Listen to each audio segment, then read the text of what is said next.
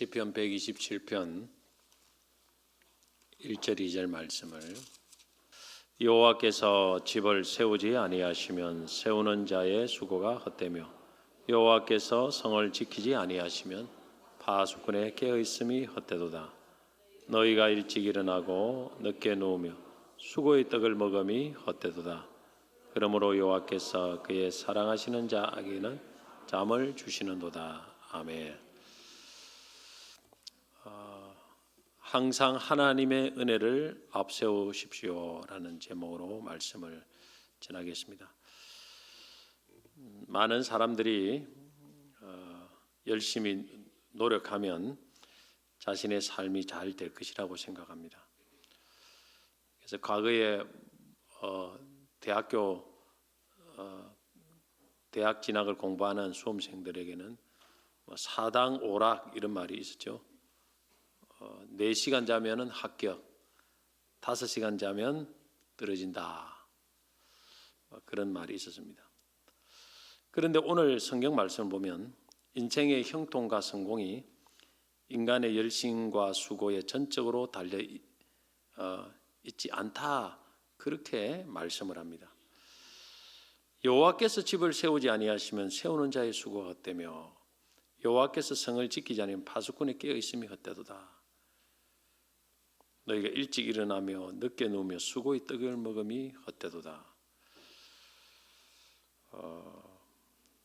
참 저는 이 시편을 굉장히 좋아합니다. 그래서 참 많이 암송하고 이 시편은 고린도전서 15장 10절 말씀과 같이 참 하나님의 은혜를 이렇게 앙망하도록 만드는 그런 시편이라고 생각합니다. 그런 말씀이라고 생각합니다. 그래서 늘 하나님의 은혜를 중심으로 살고자 할 때 시편 127편과 저는 고린도전서 15장 10절 말씀을 늘 암송하면서 또 기도를 하곤 합니다. 미국의 대통령이었던 레이건 대통령께서도 제일 좋아했던 말씀이 이 시편이라고 합니다. 나의 삶의 형통이 나의 노력에 전적으로 달려있는 것이 아니고 하나님이 얼마나 내 인생에 은혜를 주시고 도와주시는가에 달려있다. 그래서 여호와께서 집을 세우지 아니하시면, 여호와께서 성을 지키지 아니하시면 이런 조건을 붙이고 있습니다. 하나님이 은혜를 안 주시면, 이런 말이죠. 하나님이 은혜를 안 주시면 우리가 어떤 수고와 노력을 하고 사업을 세우려고 하고 집을 세우려고 하고 자녀를 잘 세워보려고 하고 교회를 부흥시켜 보려고 해도 아무 소용이 없다는 거예요. 사실. 좀 공감이 되십니까? 공감이 많이 돼야 돼. 근데 실패를 많이 해본 분들은 공감이 많이 될 거고 아직 인생의 실패를 좀 적게 해본 분들은 공감이 덜 될 겁니다. 실패를 많이 해본 분들은 참 하나 같은 그런 그 말이 내 힘으로 안 된다. 이걸 좀 빨리 깨달았으면 얼마나 좋았겠습니까? 여기 한 초등학교 한 1, 2학년, 2, 3학년 때부터 깨달았으면 이 애들이 앞으로 어떤 애들이 될진가 참 이 말씀을 초등학교 1, 2학년 어머니 인간의 노력으로는 절대 안 됩니다. 시편 127편 1절 2절 한번 보십시오. 하나님의 은혜만으로 됩니다. 야, 이렇게 아이들이 이때부터 그런 말을 한다면 이 애가 앞으로 참 어마어마한 그런 영적인 인물이 저는 될 거라고 생각합니다. 다 나이가 드셔가지고 이걸 깨달아오면 너무 늦어요. 이제 남은 세월이 많이 없으니까. 저는 이 말씀이 너무너무 참 은혜가 되는 말씀이라 생각합니다. 그렇다고 이 말씀은 우리의 수고와 노력이 필요 없다라는 그런 의미는 아닙니다. 성경은 심은 대로 거둔다 이렇게 분명히 말씀합니다. 우리의 정당한 수고와 노력을 통해서 하나님은 거두게 하십니다. 이것이 하나님의 공의의 법칙입니다. 그러나 내가 노력하는 것보다 더 중요한 요소가 있는데 그것이 바로 하나님의 은혜라는 것입니다. 그래서 우리가 하나님의 은혜 없이는 살 수 없다. 이 시편이 말하는 그기죠. 하나님 은혜 없이는 살 수 없다. 또 다른 말로 하면 하나님의 은혜를 늘 우리의 삶에 앞세워야 된다. 절대 다른 걸 앞세우면 안 돼. 하나님의 은혜만을 앞세워야 된다. 그 말이죠. 왜냐하면 하나님이 내 수고와 노력 위에 은혜를 부어 주셔야 내가 수고하고 노력한 대로 거둘 수 있기 때문에 그런 거예요. 거두는 건 절대 내 마음대로 안 됩니다. 내가 노력한다고 거두어지는 거 아니에요. 하나님의 은혜입니다. 우리가 노력할 때 노력의 결과로 어떤 결과가 주어지는 것도 있고 주어지는데 그것이 참 우리가 우연히 되어진 것이 아니다. 이것은 하나님의 은혜의 결과임을 우리가 꼭 기억해야 됩니다. 저절로 잘 되는 것은 없습니다. 우리나라가 지금 큰 위기 가운데 있습니다. 대한민국이 여러분 저절로 잘 되고 우리가 열심히 일하고 우리나라가 대한민국이 세계에서 가장 부지런한 민족 중에 하나고 그래서 우리 잘 된다고 생각하는데 아니에요. 이 대한민국이 하나님이 도와주셔서 그래도 이만큼 잘 되게 하신 것입니다. 이걸 아셔야 됩니다. 고린도전서 3장 7절에 보면 심는 이나 물 주는 이는 아무것도 아니로되 오직 자라게 하시는 이는 하나님뿐이라. 자, 이 말씀 얼마나 참 좋습니까? 심는 이나 물 주는 이는 아무것도 아니라는 거예요. 그래서 내 수고와 열심을 앞세우고 또 그것을 의지하면 안 됩니다. 대신 하나님의 은혜를 의지하고 앞세우시기를 축복합니다. 우리가 이 신년에 정말 오직 은혜, 오직 하나님의 은혜 이거 하나만 붙들어도 저는 이 2025년도는 오늘 하나님께서 여러분에게 풍성한 은혜를 너는 주실 거라고 믿습니다. 우리 교회가 잘 되는 것도 하나님의 은혜입니다. 할렐루야. 은혜를 많이 바라시기 바랍니다. 시편 123편에 보면 참 또 좋은 시가 있어요. 하늘에 계시는 주여 내가 눈을 들어 주께 향하나이다. 상전의 손을 바라보는 종들의 눈같이 여주인의 손을 바라보는 여종의 종같이 우리의 눈이 여호와 우리 하나님을 바라보며 우리에게 은혜 베풀어 주시기를 기다리나이다. 여호와여 우리에게 은혜를 베푸시고 또 은혜를 베푸소서. 여러분 우리의 삶이 참 힘들 때 이걸 딱 외워가지고 좀 하나님 앞에 기도 좀 하시기 바랍니다. 은혜를 바라는 하나님이 뭘 기뻐하겠습니까? 은혜를 바라는 그런 사람을 기뻐하지 않겠습니까? 야고보서 4장에 보면 어떤 사람이 오늘이나 내일이나 우리가 어떤 도시에 가서 거기서 1년을 머물며 장사하여 이익을 보리라 그렇게 말을 합니다. 이때 야고보 4장 15절에 이런 말을 책망을 합니다. 너희가 도리어 말하기를 주의 뜻이면 우리가 살기도 하고 이것이나 저것을 하리라 할 것이거늘. 말 잘해야 됩니다. 말을 잘해야 돼요. 하나님이 은혜를 주시면 우리가 이것도 하고 저것도 할 것이다. 항상 은혜를 앞세워야 된다. 내가 이번에 이거는 지금 하면 무조건 되는 거다. 하면 무조건 되는 거다. 무조건 하면 되는 거다. 그렇게 하면 안 된다는 거예요. 잠언서 3장 6절에 보면 너는 범사의 그를 인정하라 그리하면 내 길을 지도하시리라. 우리가 하나님을 인정하시고 하나님의 은혜를 인정하시기 바랍니다. 그러면 그 길을 지도하신다. 2025년 출발하면서 우리가 항상 하나님의 은혜를 앞세우는 그런 삶을 살아가기를 결단하는 오늘 이 금요 성령 집회가 되기를 축복합니다. 우리가 신앙생활을 근데 하다 보면 때로는 하나님 은혜를 말하고 기도도 하고 하나님을 의지하지만은 항상 자신이 주도권을 가지고 생활하는 사람이 있습니다. 계획을 짤 때도 자신이 먼저 세우고 또 자신의 힘과 능력으로 뭔가 추진도 하고, 뭔가 하나님께 기도하고 도움도 구하지만 이미 자신이 세워놓은 계획에 자꾸 하나님이 도와주시기만을 원하는, 이게 마치 리어커를 끌고 갈 때 자신이 앞에서 끄는 거예요, 그냥. 근데 하나님 뒤에서 밀어달라는 거예요. 방향과 모든 것은 내가 정한다. 대신 하나님 밀어주기만 하면 된다. 그래서 하나님을 자신의 덜러리나 보조, 엑스트라 정도로 여기는 거죠. 주도권은 자기가 갖고 있는 거죠. 저는 이런 신앙의 형태는 하나님의 은혜를 앞세우는 신앙은 아니라고 생각합니다. 그런데 우리가 이런 신앙의 형태를 가질 때가 있다는 거예요.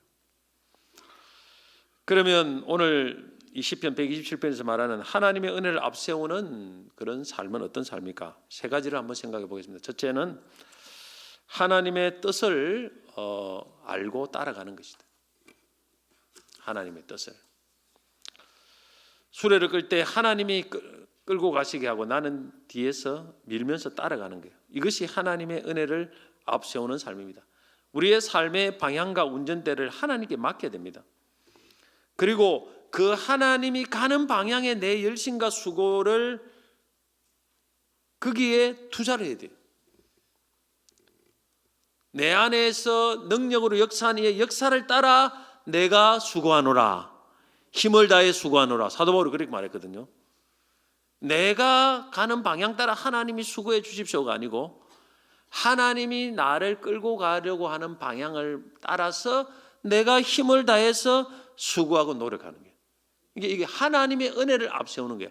노력과 수고가 필요합니다. 그런데 하나님의 은혜, 하나님의 뜻에 맞추어서 내 노력과 수고를 거기에 부어야 되는 거예요. 그것이 하나님의 은혜를 앞세우는 삶이죠.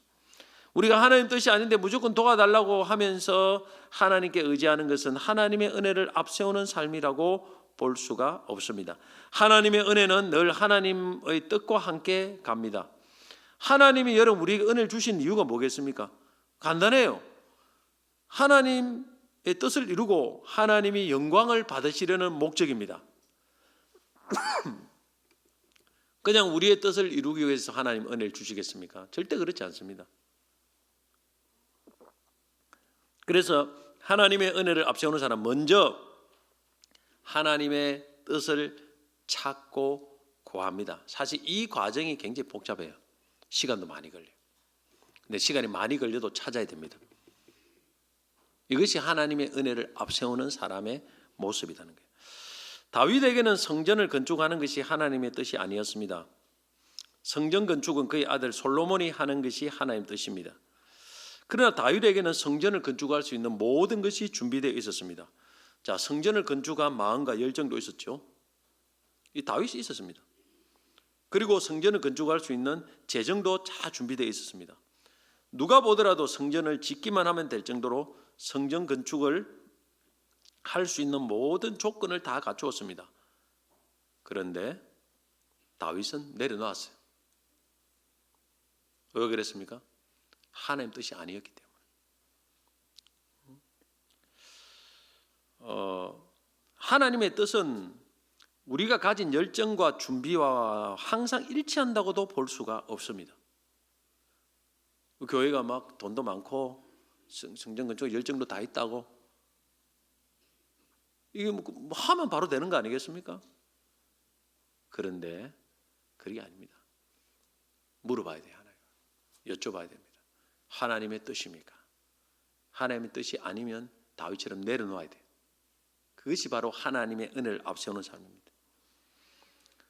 만약에 다윗이 성전을 건축하려고 하면서 하나님의 은혜, 자기가 그 하나님의 뜻을 모르는 상태에서 계속 성전을 좀 밀어붙이면서 하나님의 은혜를 달라고 하시면 어떻게 되겠습니까?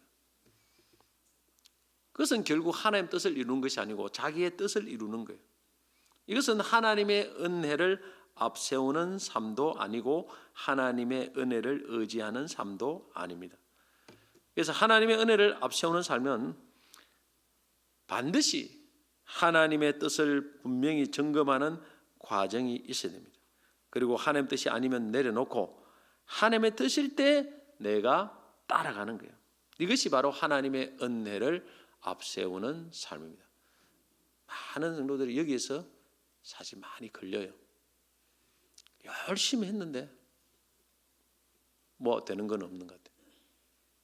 열심히 했는데 과연 그게 하나님의 뜻인가를 한번 물어볼 필요가 있습니다. 열심히 했는데 헛수고 하나님 뜻이냐는 거죠. 둘째는 하나님의 은혜를 앞세우는 삶은 모든 것을 할 때 하나님을 의지하며 기도해야 됩니다. 이것이 하나님의 은혜를 앞세우는 삶입니다. 하나님의 은혜만을 의지하는 사람은 기도하는 사람입니다. 왜냐하면 하나님의 은혜는 기도할 때 대부분 주어지기 때문에 그렇습니다. 기도한다는 자체가 하나님의 은혜만을 의지한다는 거예요. 크고 작은 일이든 늘 기도하는 그 사람이 하나님의 은혜를 앞세우는 사람입니다. 우리가 어떨 때는 크고 어려운 일만 기도할 때가 있어요. 물론 크고 어려운 일을 하나님께 기도해야 되면 우리 힘으로 할 수 없습니다. 당연합니다. 크고 어려운 일을 있어도 기도하지 않는 것은 하나님을 향한 믿음에 문제가 있는 것입니다. 그런데 잘 알아야 됩니다.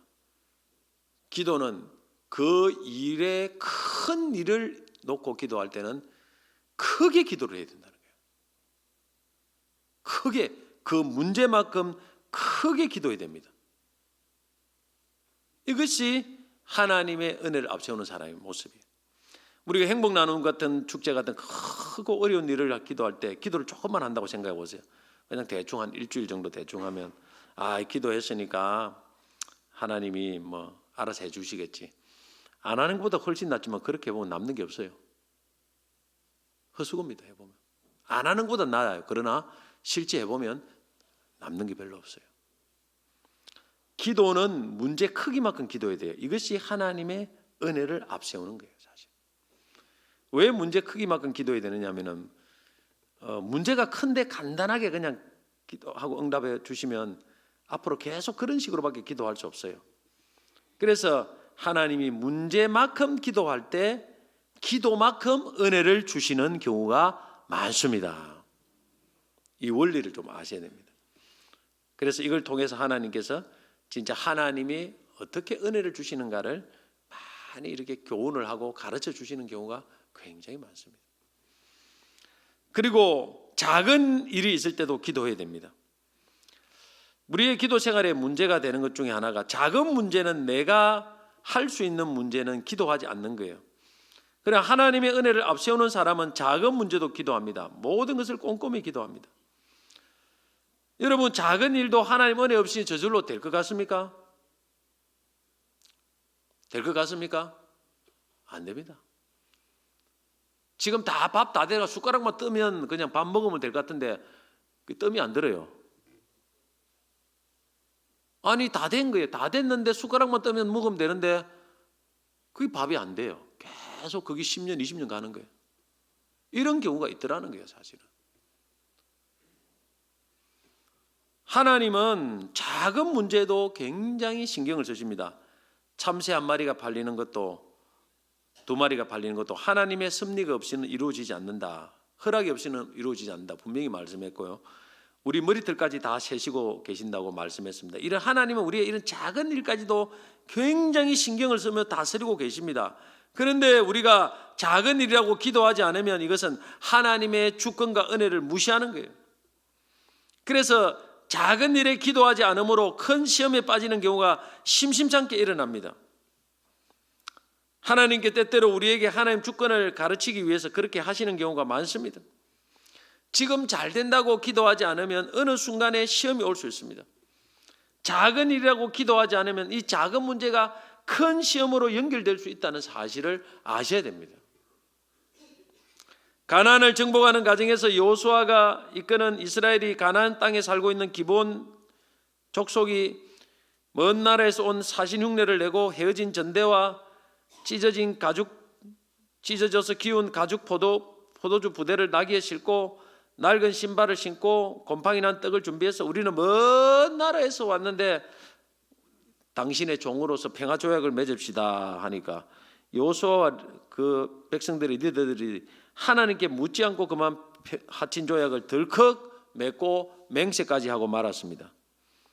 여호수아 9장 14절 보면 무리가 그들의 양식을 취하고는 어떻게 할지를 여호와께 묻지 않고 여호수아가 곧 그들과 하친하여 그들을 살리리라는 조약을 맺고 회중 족장들이 그들에게 맹세하였더라. 이렇게 해서 그만 그들에게 쏘가 넘어가고 말았습니다.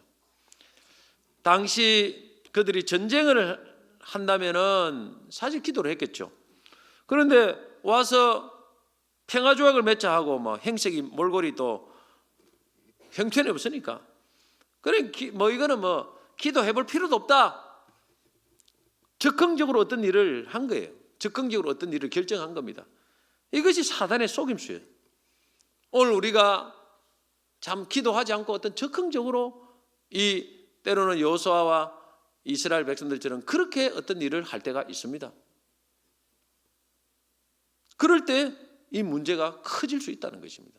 작은 문제였지만 큰 문제가 되는 거예요. 여러분, 우리가 작은 일이라도 하나님이 도와주지 않으면 이 작은 것이 큰 일이 된다는 사실을 알아야 됩니다. 그래서 작은 일을 얕보면 안 됩니다. 상세하게 하나님 앞에 늘 작은 것부터 하나님 앞에 은혜를 전적으로 의지하면서 기도하는 이 모습이 있어야 됩니다. 이번 주간에 뭐가 있으면 이걸 상세하게 살펴보면서 기도해야 돼요. 문제도 이렇게 상세하게 살펴보면서 이 기도해요. 시험이 안 들도록, 명절 때도 가면 가족들 가기 전에 시험이 안 들도록 기도하고 또 이거 기도하고 상세하게 이렇게 기도를 하고 가면은요, 하나님이 다 막아주십니다. 작은 일에, 별것도 아닌 일에 자꾸 우리가 부딪히고 문제가 터지고 그렇지 않습니까? 안 그래요? 그래서 우리가 이 기도를 작은 일부터 이 기도를 해야 됩니다. 유영모 목사님 설교에 나오는 애인데, 목사님이 어떤 설교를 하려고 예화를 하나 해야겠는데, 말레이시아를 여행을 할 때 어떤 목사님이 하셨던 유머가 도저히 생각이 안 나는 거예요. 어떤 것을 탁 들어가지고 한번 써보려고 하는데 메모를 안 하고 듣기만 하는데 생각이 안 나는 게 그런 경우가 가끔 있지 않겠습니까? 그래서 하나님 앞에 기도를 했습니다. 하나님 아버지, 기억나게 해주십시오. 이번 주 설교를 해야 되는데 잊어버렸습니다. 기억나게 해주세요. 그렇게 기도를 했답니다. 그리고 그 교회 지역장들과 함께 야외에 가서 밥을 먹으려고 고기를 굽는데 똥파리 한 마리가 딱 와서 앉더랍니다. 딱 머릿속에 바로 생각이 나더랍니다. 똥파리를 보니까. 그 선교사님이 똥파리 이야기를 한 거예요. 그 똥파리가 딱 앉더랍니다. 똥파리 이야기를 했는데 하나님께서 똥파리를 보내서 기억을 생각나게 하셨다, 이렇게 나왔어요. 이게 무슨 이야기냐면은 유머를 써보려고 한 것은 이야기가 모기가 한 마리가 날아왔는데 공책을 한 권을 가지고 와서 딱 때려잡으려고 했는데 모기가 잠깐 그러더랍니다. 왜 그러냐고 물었더니, 아니 파리는 휘휘 쫓아내고 마는데 당신들은 왜 모기만 보면 그렇게 박살을 내느냐 그렇게 하더랍니다. 그래서 이분이 그랬답니다. 파리는 항상 앞에서 잘못했다고 빌지 않느냐? 너는 빌어본 적이 있느냐? 너는 빌 줄도 모르는 너 같은 놈은 죽어야 마땅하다. 그래서 박살냈다는 이야기. 이 이야기를 들었는데 이게 생각이 안 나는 거야. 암만 해도 기도를 딱 했더니 하나님이 지역장 모임에 가서 밥 먹는데 똥파리 한 마리가 딱 날라와서 기억이 나죠. 오늘 여러분 저도 뭐 그런 이야기를 많이 했는데 어떤 물건을 찾을 때 생각이 안 날 때 기도를 해보면요, 금방 찾아져요. 책을 찾아야 되는데 책이 어디 있는지 생각. 기도를 하면 또 하나님 책을 찾게 하시고 잃어버린 물건도 찾게 하시고. 제가 주차 이야기도 했죠 이미. 주차도 해보면 그죠? 참 하나님이 여러 번 그런 경험이 있습니다. 기도를 하고 이번에 주차 어려울 것 같다 기도를 하고 하면 다 하나님이 보고 뭐 그냥 이번에 주차 배나겠지 싶어서 안 하고 가면 또 이렇게 헤매는 경우가 있고 그래요. 작은 일에 여러분, 작은 일부터 하나님 앞에 기도하는 습관. 이것이 뭐냐면 내 인생의 전부가 하나님의 손에 있다. 할렐루야. 하나님의 손에 있다는 게 이걸 인정하는 거예요. 그래서 여러분 금년에 살아갈 때 꼼꼼해야 돼요. 사실 꼼꼼하게 이렇게 기도를 자꾸 이렇게 생각해야 돼요. 그냥 기도를 하면 우리가 큰 거 몇 개만 기도합니다. 그렇게 하면 안 되고 작은부터 큰 것까지 잘 꼼꼼하게 기도하는 그런 습관을 길러놔야 됩니다. 이것이 바로 하나님의 은혜를 의지하는 것입니다. 앞세우는 것입니다. 그러면 작은 일에 간증이 많이 쌓입니다. 그리고 하나님의 살아계심을 체험하게 될 것입니다. 이 똥파리 이야기도 하고 이렇게 놀라운 건 하나님의 역사가 있는 거예요. 그 다음에 세 번째, 하나님의 은혜를 앞세우는 삶은 모든 일을 하고 난 다음에 하나님께 감사하는 삶입니다. 항상 하나님의 은혜를 앞세우는 사람은 어떤 일이 이루어질 때 감사하는 것을 보면 압니다. 우리가 하나님 앞에 받지 않는 것 없지 않겠습니까? 모든 것이 하나님의 은혜라고 하면서 감사하지 않는 것은 하나님의 은혜를 인정하지 않는 것과 다를 바가 없다라고 생각합니다. 10명의 나병 환자를 치유하신 예수님은 감사로 돌아온 한 사람 사마리아인에게 이렇게 말했습니다. 누가복음 17장 17절에 보면 예수께서 대답하여 이르시되 10사람이 다 깨끗함을 받지 아니하였느냐? 그 9은 어디 있느냐? 이 이방인 외에는 하나님께 영광을 돌리러 돌아온 자가 없느냐 하시고, 예수님은 은혜를 베푸시고 나서 반드시 감사를 요구한다는 것을 여기서 알 수가 있습니다.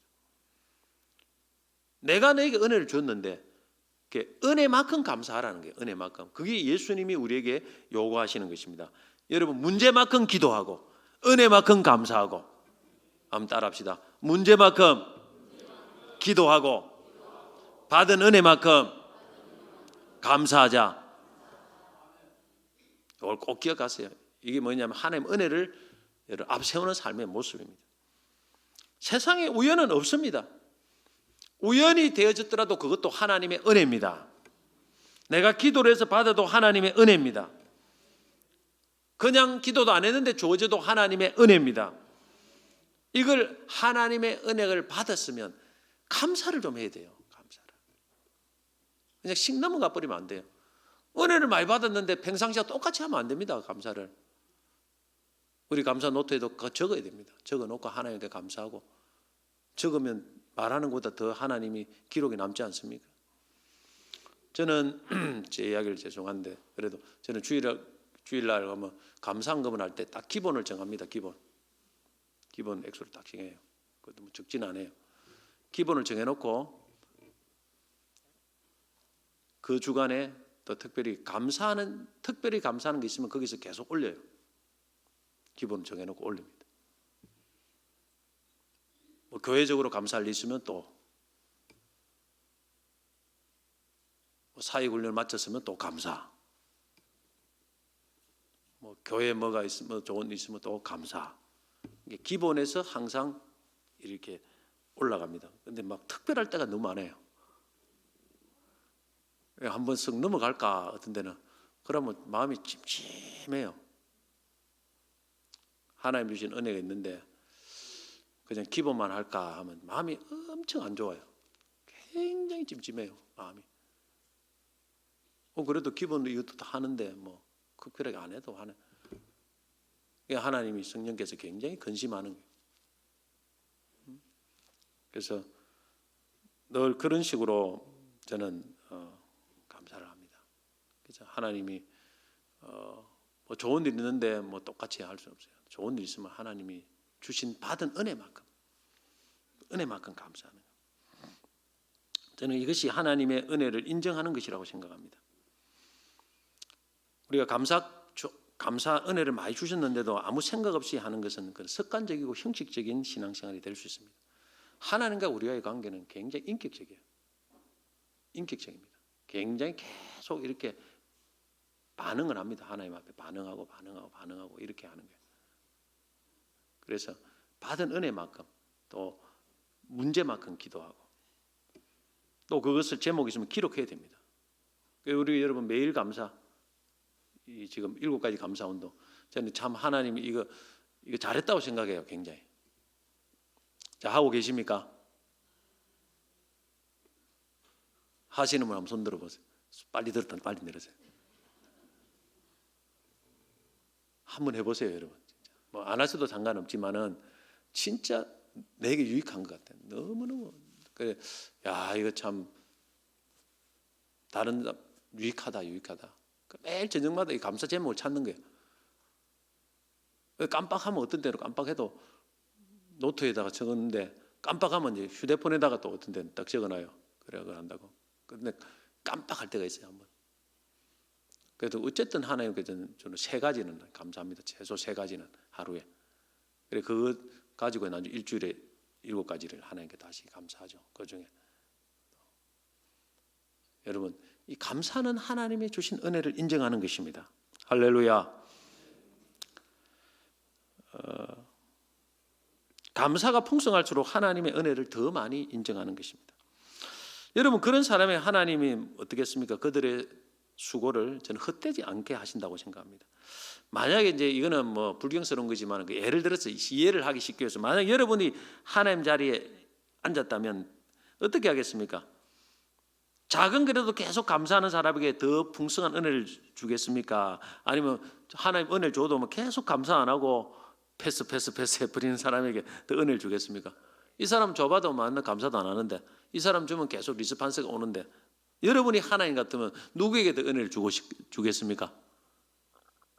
물어보는 제가 바보지. 그죠? 당연한 거 아니겠습니까? 너무나 당연한 거. 우리 사람관계도 마찬가지예요. 사람관계도 마찬가지입니다. 사람에도 그래요. 근데 하나님도 저는 마찬가지 생각합니다. 감사하지 않는 사람에게 아무리 은혜를 줘도 뭐 하나님께 유익될 게 뭐겠습니까? 하나님께 유익이 뭐가 되겠습니까? 그 사람 자기에게 유익이 되지만 하나님께 유익되는 건 하나도 없잖아요, 사실. 그래서 하나님께서는 기도하는 사람에게 많이 주시고 감사하는 사람에게 더 은혜를 풍성하게 부어주시게 되어 있습니다. 그래서 형통할 때 감사하면 형통이 연장되고 불행할 때 감사하면 불행이 끝납니다. 은혜를 앞세우면 하나님 은혜가 절대 우리를 외면하지 않습니다. 하나님께서 어떻게 은혜를 주시냐면 우리의 수고가 헛되지 않도록 만들어 주시는 거예요. 우리의 수고가 헛되지 않도록 해서 그래서 그 은혜를 우리에게 주십니다. 이게 하나님 은혜 주시는 방편이에요. 그냥 막 불로소득이 되는 거예요. 우리의 수고가 노력이 헛되지 않도록 열매 맺도록 만들어 주시는 거예요. 이렇게 하나님의 은혜를 앞세우는 신앙생활하면 삶에 어떤 결과가 있습니까? 2절 같이 한번 읽어보면 2절 시작. 너희가 일찍 일어나고 늦게 누우며 수고의 떡을 먹음이 헛되도다. 그러므로 여호와 하나님께서 그의 사랑하신 자에게 잠을 주시는도다. 잠을 주신다고 했어요. 하나님의 사랑하는 자에 일찍 일어나 늦게 누우며 수고의 떡을 먹음이 헛되도다. 이 자식 열심히 하는 사람이죠. 열심히 하는 사람과 그의 사랑하는 자에게 잠을 주신다. 비교를 해놨지 않습니까? 하나님을 사랑하는 자는 누구겠습니까? 자신의 노력만 앞세우는 것이 아니고 하나님의 은혜를 의지하고 앞세우는 사람이 아니겠습니까?